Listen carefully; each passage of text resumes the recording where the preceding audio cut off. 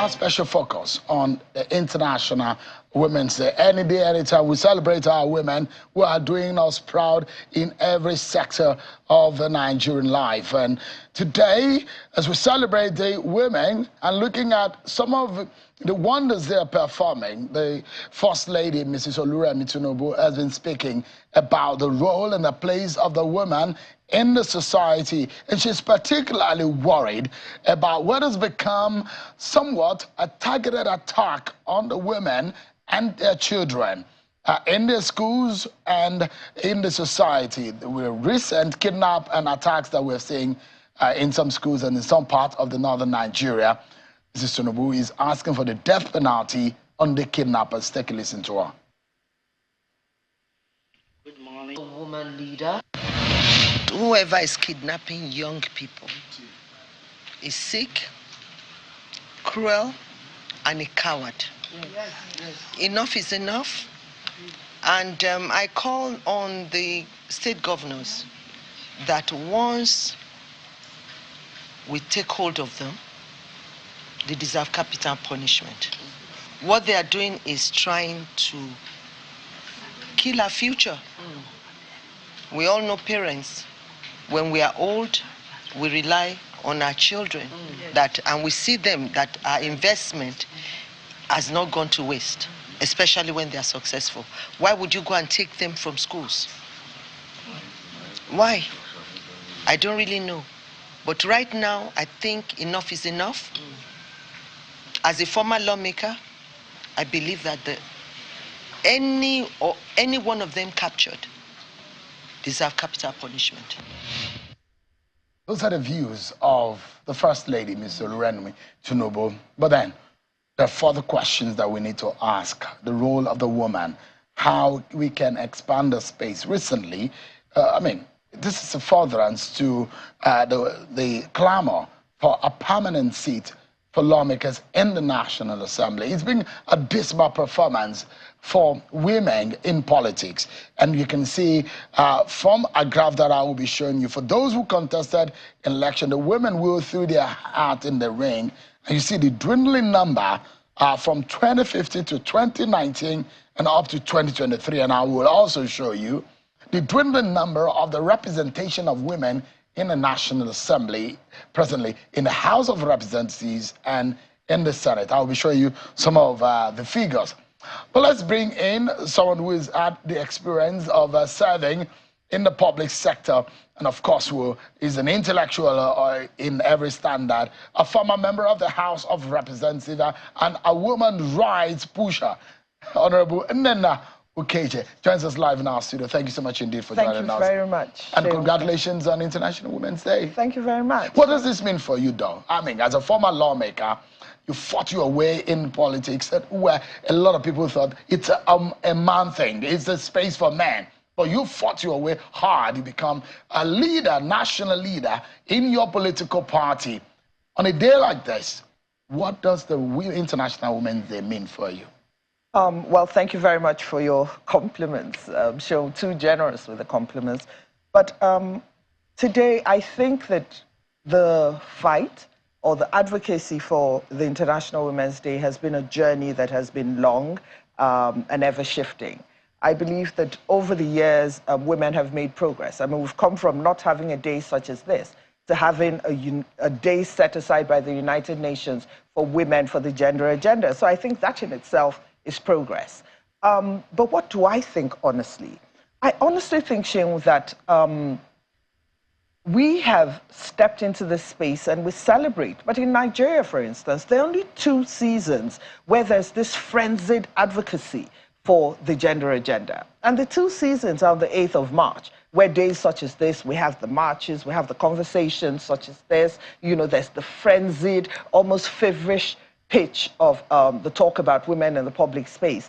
And then, of course, when the election seasons come round. But in between, you find that there is a lull in that conversation. And so I don't think that for something that is centuries long, that is generations entrenched, that just the almost lack of commitment, consistent commitment on the part of women is going to shift the sands under our feet. Today, of course, is a day where we're going to say all the nice things. Shane, you're going to regale us again with all the statistics, dire statistics, I dare say. We're going to quote copiously from women who have made the changes around the world and so on and so forth. But the question is, where is the same continuity? Where is the amount of drive that we require for this to happen? Because, as you said, the numbers are dwindling. And it's not only because, women are not showing interest. Because over the years, I'm sure your statistics will also prove that more women have shown an interest in coming into the public space. Unfortunately, the leaky pipeline is such that even though more women are showing an interest in running for public office, for instance, fewer women are winning these elections. So it's almost as if it's a mockery of all the efforts that have been put in. So a day such as this, I think, is amazing as a constant reminder that we're not going to go away, that we're going to continue to advocate for there to be more women in the space. There's a Chinese saying, Sheng, that women hold up half the sky.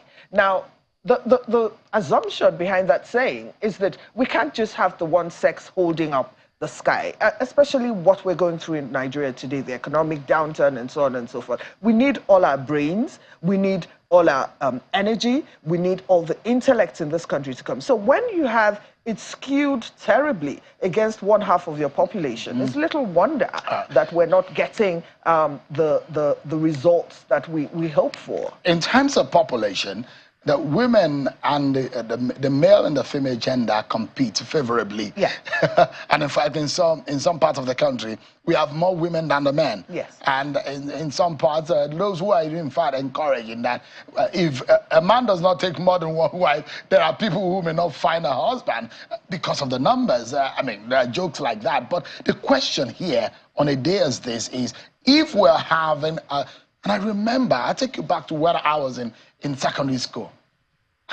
In primary school, for example, I had two young ladies who will go for the first and second position, and some of us boys will take the third and the fourth position, and they will say to us that, look at your mates who are girls who are coming first and second. What are you doing with your brains? And we're competing. Within the first 5 positions, we're competing. In secondary school, there's some bright young women who are doing amazing.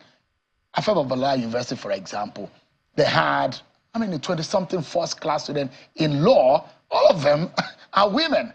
And so you find women doing amazing. But it comes to leadership. It comes to politics. It comes to governance. It comes to policy making. We cannot find women. Why is it happening? And it keeps happening. Why? Well, Sharon, you've spoken about secondary school, but let's even go to the banking sector and the judiciary, for instance, where it's all about intellect, it's all about capacity, and it's all about resilience and drive. You find that the women in those spaces are doing so well. We have more CEOs. In fact, the latest CEO that's taken over from the unfortunate death of Herbert Wingwe is also a woman. So you have SunTrust, you have Fidelity, and the judiciary is awash with women who have done amazingly. The Court of Appeal have had back-to-back presidents of the Court of Appeal being women.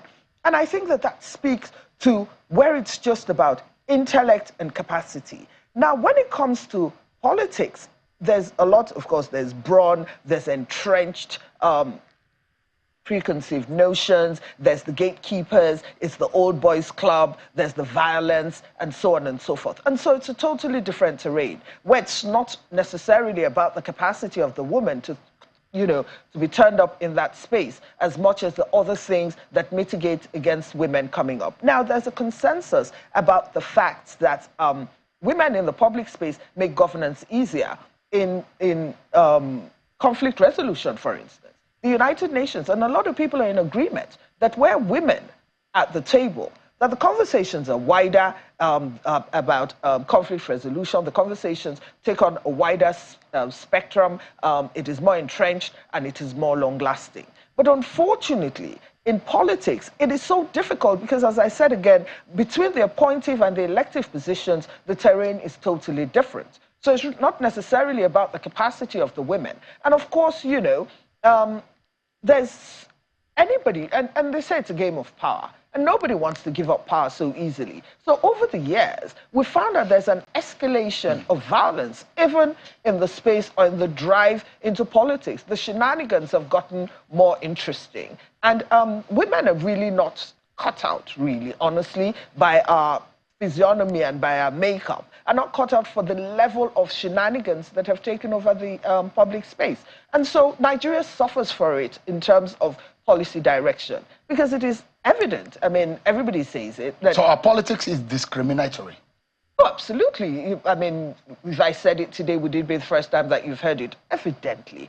And, you know, and not only is it discriminatory in terms of preconceived notions, but it's also discriminatory. Do you feel threatened in some way? Do you feel when you were in the house, for example, and I mean, I know how eloquently you spoke. When you stand up, a lot of people itch to hear what you want to, not only credit to your British accent on the floor, but also because you are a very beautiful woman who speaks very well.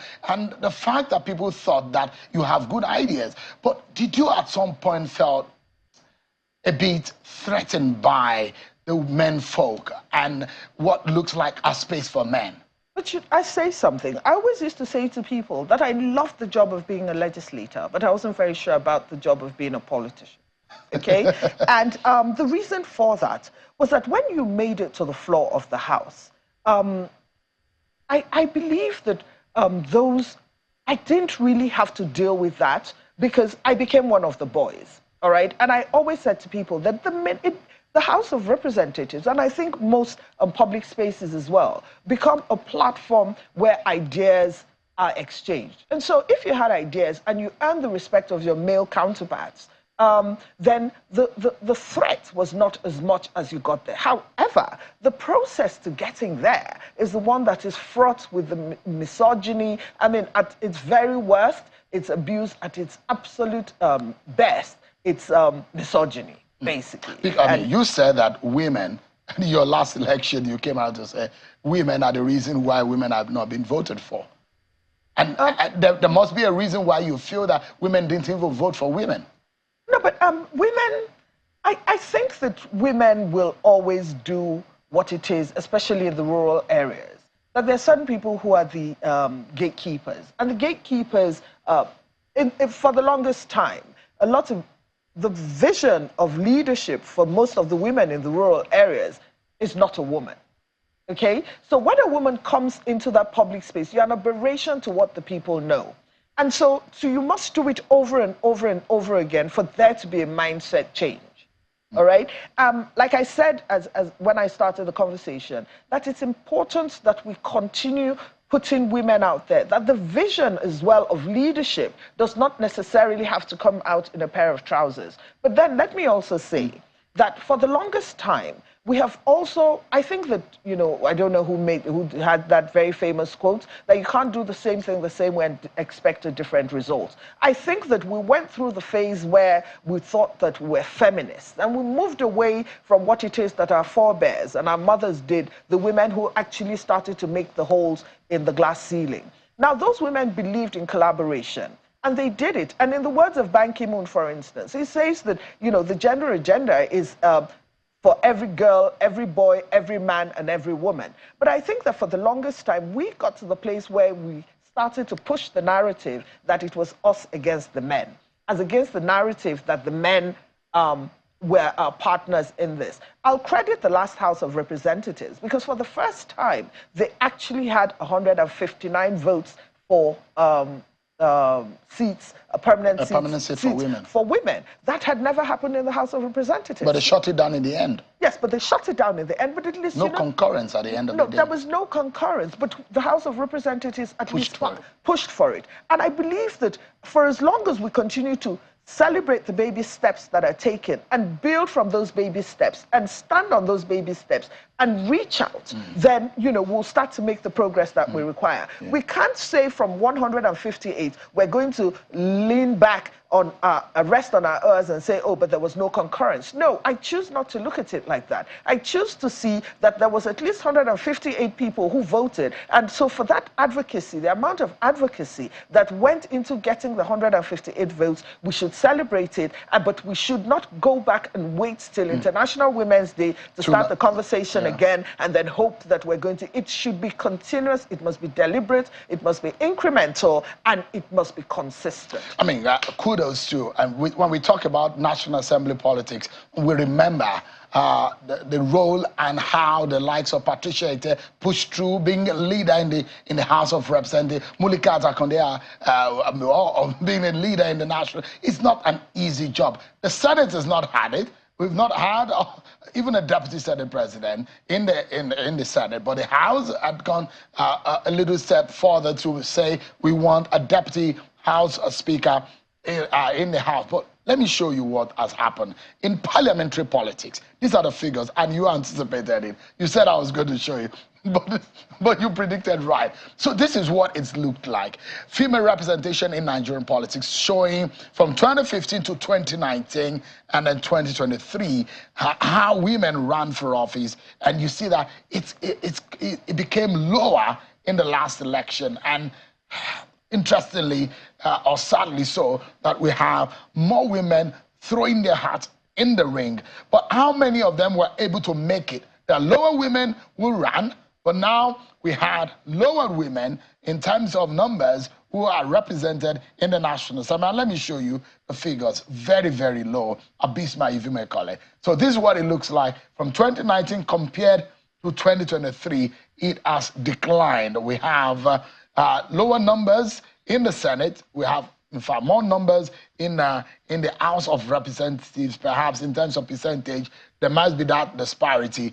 But again, how do we push for the narrative? If you look at the figure, 17% for the Senate. In 2015, we ran for office 15%. In the House of Reps in 2019, 12.3%. We ran for office 11.6% in 2019. In 2023, 9% and 9% in both houses. This is what it looked like for those who ran for office. But the figures are far lower for when the actual numbers of those who made it to the houses, the two houses. Yeah, I mean, Chinwe had said it earlier on, that, you know, it's almost as if it's a mockery of the amount of work that has been put into it. Because before the election cycle, you see that there's so much advocacy and there's so many promises. And, you know, of course, the political parties do the tokenism that they do. They're not going to take any money for us, so the forms are free. And then, you know, there's the United Nations Women. And, you know, there's just such frenzied conversations around the country about encouraging women and, you know, the consensus as to why women must be in the public space. And everybody's in agreement with that. But the leaky pipeline, it gets worse. There is so much aggression. And what can be done? Of course, there's advocacy in the National Assembly. We're going to have to go through votes. I've just been here celebrating the votes we've gotten. Unfortunately, too much, too little, okay? So I'm celebrating flash of excellence that had a zero bearing on what it is that we actually wanted to achieve. So if you look at it, Honorable, in 2019, we had 12.3% in the Senate representation. The actual numbers in the House of Reps was 11.9%. If you look at the actual numbers, there are more seats for women, but the percentage, because there are 360 seats in the House of Reps. But in 2023, these are the actual numbers. 8 out of 109, 101 are men. And House of Reps, 3.6%, which is far lower compared to 2019. And if you look at 2019 compared to 2015, 2011, these figures are in fact lower when you were in the House. 13 out of 360 are women.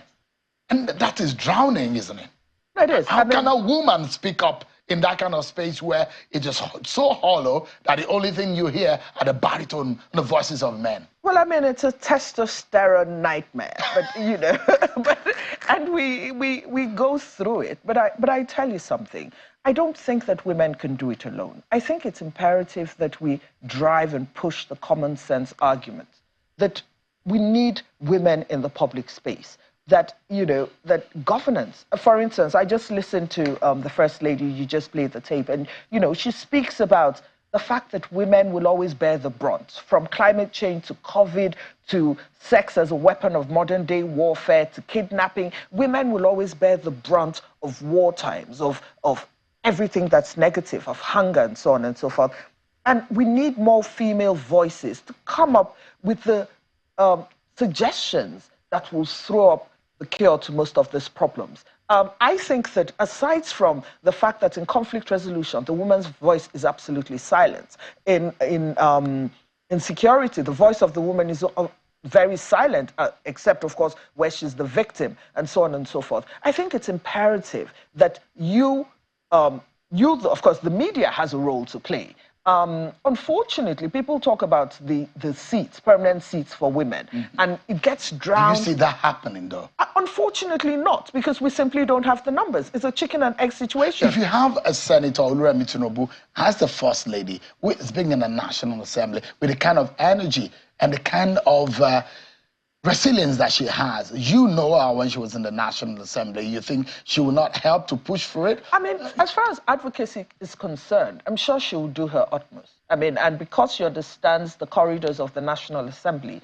I'm sure she will know how to navigate. Unfortunately, she's not going to be on the floor when the votes are cast. And we saw that happen the last time, where the First Lady was in the, and of course there was this uproar about her trying to arm twist the National Assembly, and all that talk about three arms of government separate but working together. I have absolutely no doubt that her advocacy is going to be stronger. I have absolutely no doubt that because she understands the workings of the National Assembly, the backrooms in the National Assembly, of course, which people like you, Shehu, don't understand, I'm sure she would make a lot more progress than other First Ladies. But however, the entrenched misogyny may also fight her, and when it comes to that, and people will say yes. But don't worry, there's some of us who are he for she. We will be helping also to push. No, but you right must here on. We have been doing that all along. Those of us who are passionate about. But then again, you're guilty of what it is that I spoke about. You're also guilty of the fact that there's this ebb and total flow. There's this flow and ebb, because after today, Shehu, you're going to be more engrossed in other things. But you know what it took me to get you out of your house tonight? Well, sure, it's part of it, though. It was short notice. But I'm happy you made it, and it's always a pleasure having you talk about this. But you look at the focus on inclusion, the focus of International Women's Day, empowering women, the issue of progress and all what have you. If there's something that this government under Bola Tinubu will do to ensure, because the First Lady was also speaking about welfare for women, that's important. What do you think are the right steps to take? We speak about welfare for women, but then I think that women would require just certain things. Security is one of them.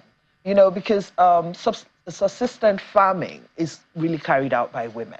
I think that if there was security and women could farm, a lot of women don't want handouts. I don't know, but I don't think that a lot of women want handouts. I think women want the government to create a secure environment for us to be able to go to the farms. I think that education, is also imperative, because with the lack of education, you can dream but so far. I think, those are the things that women want. I also think that more appointive positions, because that is within the purview of government. I mean, there's the gender statement. I don't remember what that document is called, but it is there, and I think the government can adhere to it, that when it comes to appointive positions, that government should take responsibility and take advantage of the appointive positions, leave the elective positions to the people, and then, probably come up, help people understand. But as far as appointive positions are concerned, I think the government should take advantage of that and push more deserving women forward.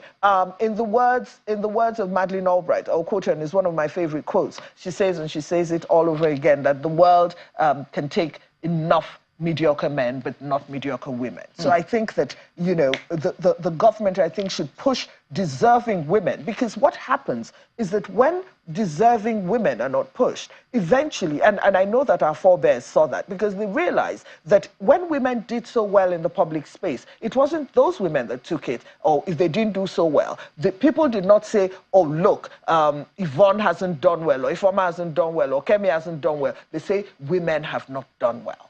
And so I think that when they push women who are deserving, then those women are also a reference point, and then it opens up the space. Yeah. Because in recent past, I mean, everybody who has said, oh, don't give women the opportunity for, you know, a few sad events, but don't give women the opportunity because women are this and that and the other. But I think that, you know, the government can do that, you know, push women who give the impression that women are able to do the work, and women, you know, can actually do the work. Yeah. Honorable Nana Okeji, always a pleasure having you. Always a pleasure being here. You said here. the women bear the brunt of war, but I'm seeing some comments online saying the women bear the brunt of breakfast and heartbreaks too. Oh, but absolutely, I totally agree. We bear the brunt, period. Thank you so much. I salute you and all of the women in our lives, and the courage of those women who are working hard to ensure that our lives are better, especially at Channels Television. We celebrate our vice chairman, Mrs. Shola Momo, on the International Women's Day, and all of the women are working and with us, our colleagues. Thank you so much, everyone. Take a break.